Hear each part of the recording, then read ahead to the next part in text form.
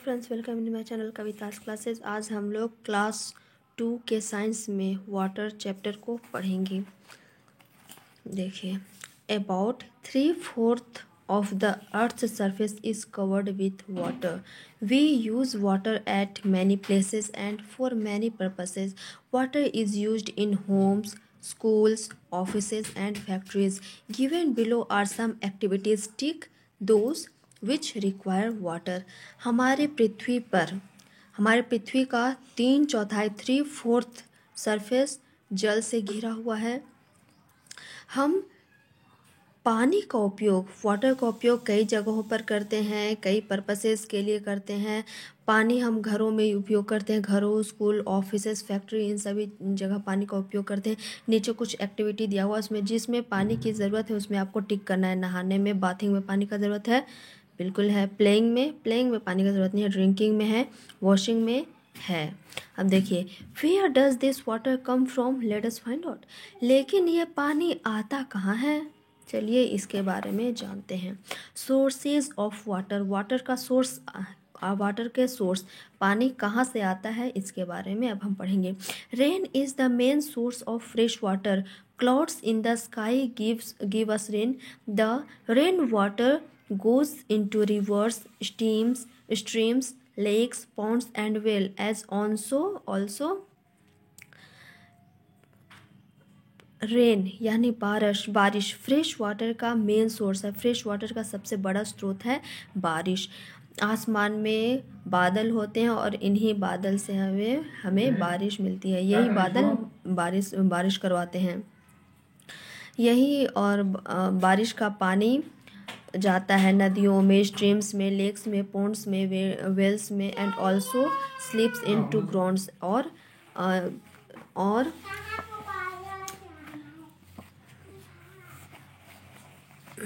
देखिए, we use water from ponds, lakes, streams, springs and rivers. Water that seeps into the ground it's called ground water. हम सभी पानी का उपयोग तालाब, झीलों, झरनों, नदियों, इन सभी से पानी का उपयोग करते हैं।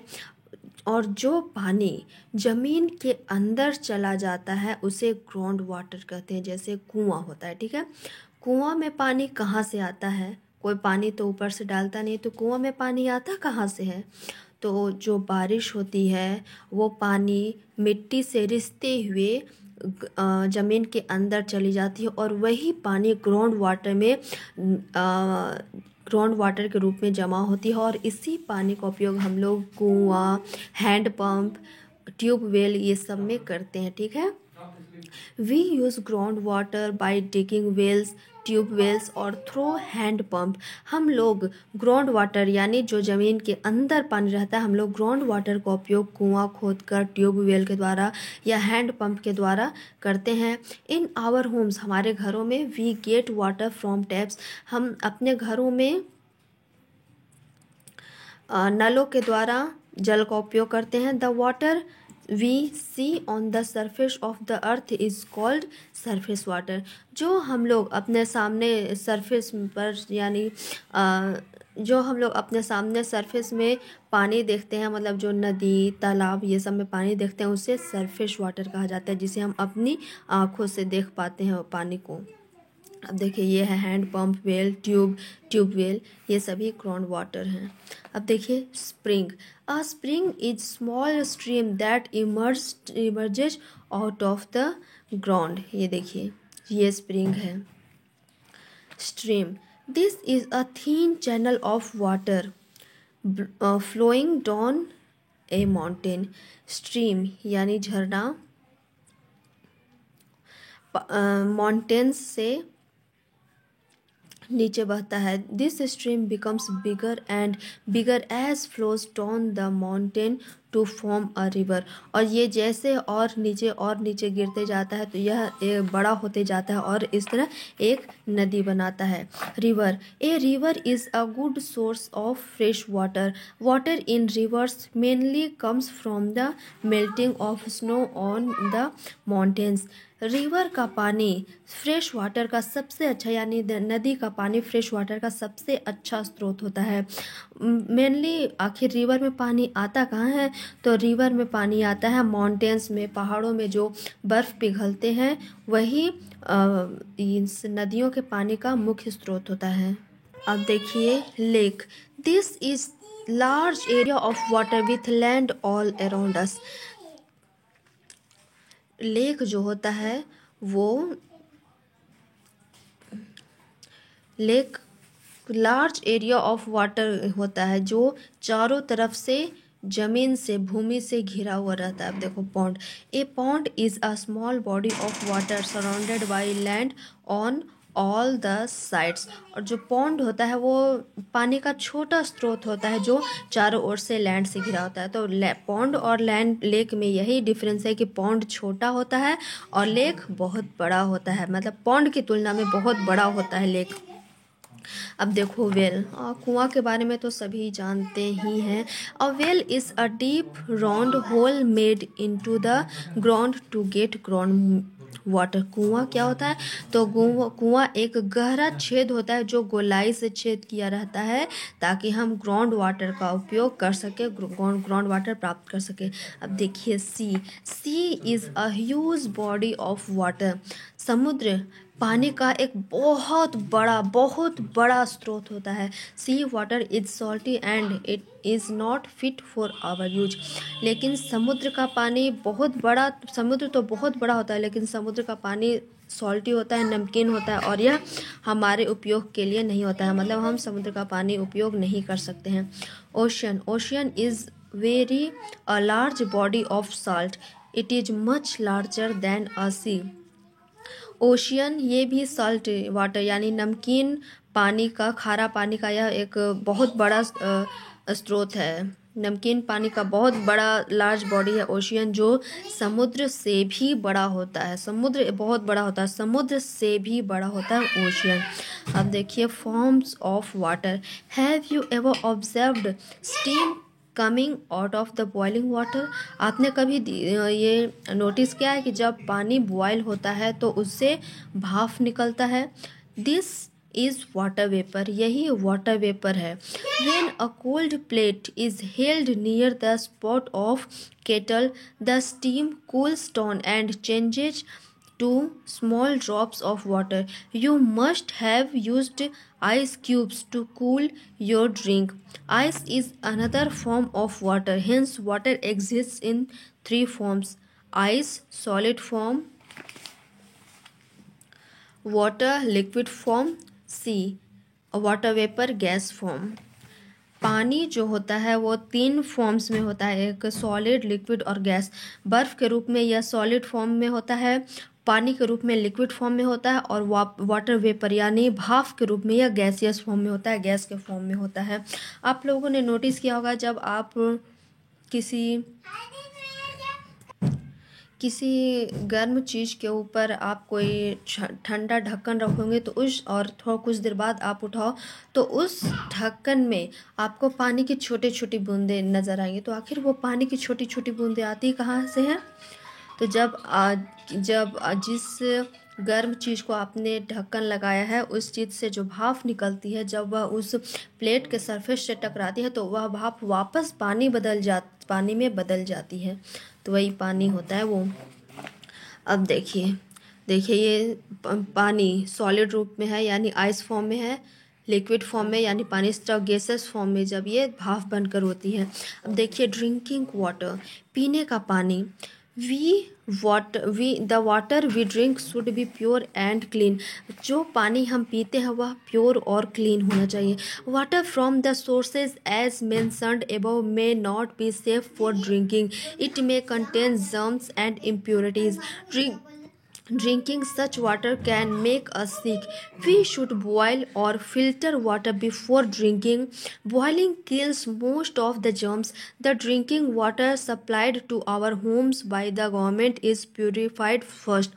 Then it is supplied to our homes. But it should again be boiled or it should be filtered through water purify.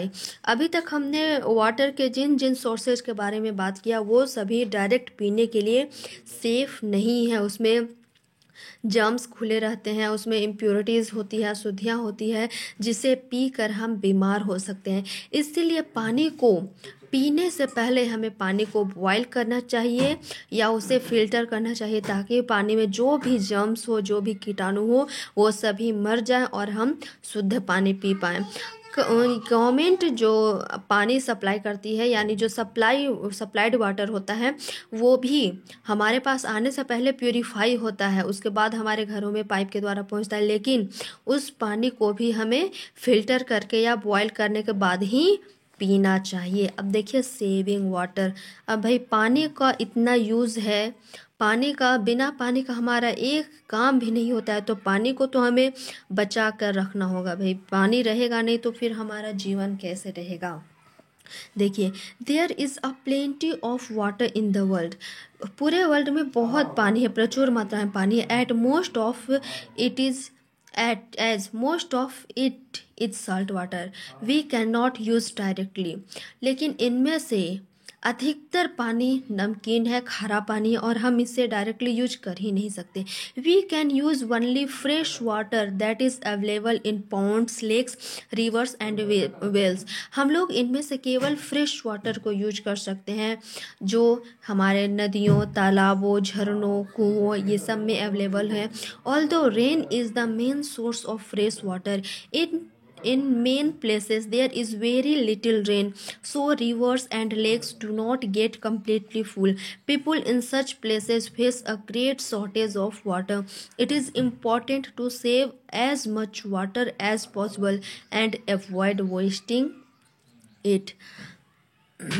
बारिश पानी का एक मुख्य स्रोत है, फ्रेश वाटर का मुख्य स्रोत है बारिश। लेकिन कई जगह ऐसे हैं जहाँ पर बहुत कम बारिश होती है। ऐसे जगहों पर नदियों, तालाब पूरी तरह से भर नहीं पाते हैं, और इन जगहों पर लोग पानी की कमी के कारण बहुत सारे प्रॉब्लम को फेस करते हैं। इसीलिए ये ज़रूरी है कि हम जितना पॉसिबल हो सके उतना पानी के वेस्टेज को रोकें, उतना पानी को हम सोच समझ कर उपयोग करें। देखिए some tips to save water as follow. नीचे कुछ टिप्स दिए गए हैं जिनके द्वारा आप पानी को सेव कर सकते हो। Do not leave the tap running while brushing the teeth. जब आप ब्रश कर रहे हो तो ब्रश करते समय, जब आप दांत में ब्रश कर रहे होते हैं उस समय तो पानी का कोई यूज नहीं होता है। तो जब आप ब्रश कर रहे हो उस समय हमेशा नल को बंद रखिए, और जब पानी का यूज करना हो उसी समय नल को खोलिए। Turn off the taps carefully after use करने के बाद नल को हमेशा सावधानी से बंद करना चाहिए। बहुत बार होता है कि सावधानी से ध्यानपूर्वक बंद नहीं करने से पानी से टिप टिप टिप टिप करके पानी गिरता रहता है, इससे भी पानी बहुत वेस्ट होता है। Make sure the tap do not leak. और यह श्योर होना चाहिए कि टैप से, नल से पानी लीक ना हो रहा हो। Use buckets and mugs while bathing और वॉशिंग। हमें कपड़े धोने या नहाने में हमेशा बाल्टी और मग का उपयोग करना चाहिए। Store rain water in tanks, drums and buckets. Rain water को टैंक, ड्रम और बकेट्स में स्टोर करना चाहिए। Water cycle. और वाटर साइकिल के बारे में हम लोग पढ़ते हैं। We in nature water keeps on changing its form. प्रकृति में पानी अपने फॉर्म को हमेशा बदलते रहती है। The heat of the sun changes water in seas, rivers, ponds and lakes into water vapor.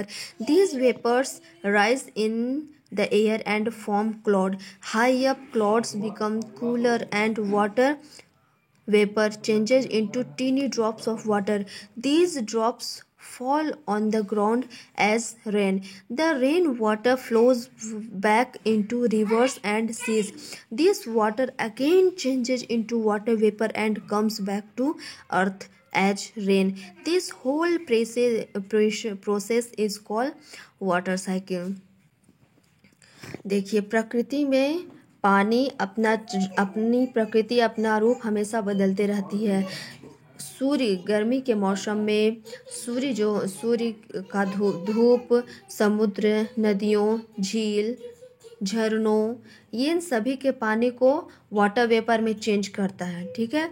और ये वाटर वेपर आसमान में जाकर ऊपर जाकर उड़ जाते हैं, आसमान में ऊपर जाते रहते हैं और बादल बनाते हैं जैसे, और ये ऊपर जाते रहते हैं तो ऊपर जाकर ये ठंडा हो जाते हैं और ठंडा होकर वापस जो भाप होता है वो पानी की छोटी छोटी बूंदों में बदल जाता है। ये ठीक उसी तरह होता है कि जब आप किसी पानी गर्म कर रहे हो, पानी बॉईल हो रहा होगा, ठीक है, और उसके ऊपर आप ढक्कन लगा दे, ठंडा ढक्कन लगा दे, और आप जस्ट कुछ सेकेंड्स के बाद आप ढक्कन हटाइएगा तो आप देखिएगा कि बर्तन के सतह पर पानी की छोटी छोटी बूंदी बन गई है, ठीक है। तो ठीक इसी तरह नेचर में भी होता है कि जब ये और अधिक ऊपर जाता है तब पानी का जो पानी वेपर होता है, भाप होता है, वाष्प होता है, वो पानी की छोटी छोटी बूंदे में बदल जाती है और यही पानी की छोटी छोटी बूंदें वापस बारिश के रूप में नदियों, तालाबों, समुद्रों में गिरती हैं, ज़मीन पर गिरती हैं।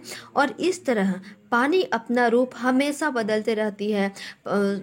बारिश के रूप में पानी नदियों, तालाबों, ग्राउंड वाटर के रूप में जमा होता है, फिर वापस सनलाइट के द्वारा, सनहीट के द्वारा ये इन जगहों का पानी धीरे धीरे फिर वाटर वेपर यानी भाप में बदलता है, फिर वापस ये ऊपर जाकर छोटी छोटी वापस पानी की छोटी छोटी बूंदों में चेंज होता है, फिर बारिश होकर नीचे आता है, फिर ये प्रोसेस हमेशा चलती रहती है। तो इसी प्रोसेस को वाटर साइकिल कहा जाता है। मतलब ये एक साइकिल है, ठीक है, ये एक चक्र है कि पहले बारिश होगा, बारिश होने के बाद फिर सन के द्वारा सूर्य की किरणों के द्वारा ये भाप में बदलेगा, फिर वापस ये क्लाउड में बदलेगा, ऊपर जाएगा, ठंडा होगा, फिर बारिश की बूंदों में फिर बारिश होगी, फिर बहकर फिर इन जगहों पर नदियों, तालाबों, झरनों में जमा होगा, फिर वाटर वेपर बनेगा। इस तरह करके ये एक साइकिल चलते रहता है, तो इसी को वाटर साइकिल कहते हैं, ठीक है। तो आई होप आप लोगों को ये चैप्टर समझ में आ गया होगा। Thanks for watching this video, thank you.